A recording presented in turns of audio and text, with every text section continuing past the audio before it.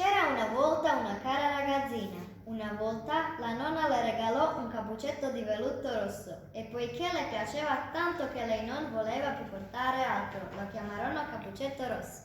Vieni Cappuccetto Rosso, eccoti un pezzo di focaccia e una bottiglia di vino. Portala alla nonna, è debole e malata. Va bene, nonna. Per favore, sii brava, scelza un sil di strada. Se no cadi e rompi la bottiglia e la nonna resta a mani vuote. Va bene, mamma, non sono piccolina, ho capito tutto. Sì, hai capito. L'ultima casa, quando entri nella sua stanza. Non dimenticare di dire buongiorno. Fai tutto, non ti preoccupare. Ma la nonna abitava fuori, nel bosco, e quando entra nel bosco, Cappuccetto Rosso incontrava il lupo, ma lei non sapeva che fosse una bestia tanto cattiva. Buongiorno Cappuccetto Rosso. Buongiorno. Dove vai così presto Cappuccetto Rosso? Dalla nonna.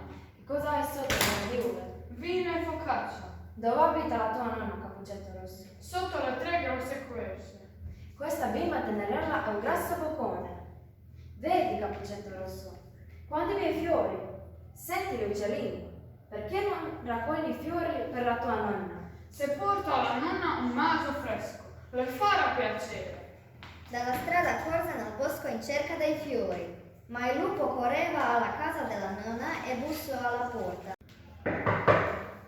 Chi è? Cappuccetto Rosso. Apri, ti porto vino e focaccia. Ah, dai, se le scendi sono debole, non posso alzarmi. Il lupo apre la porta, andava dritto all'entrata della nonna e la mangiò. Si metteva il suo pigiama, si coricò nel letto e aspettava Cappuccetto Rosso. Ora aspetta Cappuccetto Rosso, il più grasso della nonna, sarà saporita. Cappuccetto Rosso camminava verso la casa della nonna. Oh Dio mio, la nonna! Buongiorno, nonna. Oh nonna, che orecchie grosse. Per sedirti meglio, Oh nonna, che occhi grossi. per vederti meglio, Oh nonna, che mani grosse. per abbracciarti meglio, Oh nonna, che bocca spaventosa. per mangiarti meglio. Il lupo si addormentò e cominciò a russare. Proprio allora passò il davanti il cacciatore Luca e pensò: Come russa la vecchia, devo dare un'occhiata, potrebbe star male. Eccoti qua, è un pezzo che ti cerco.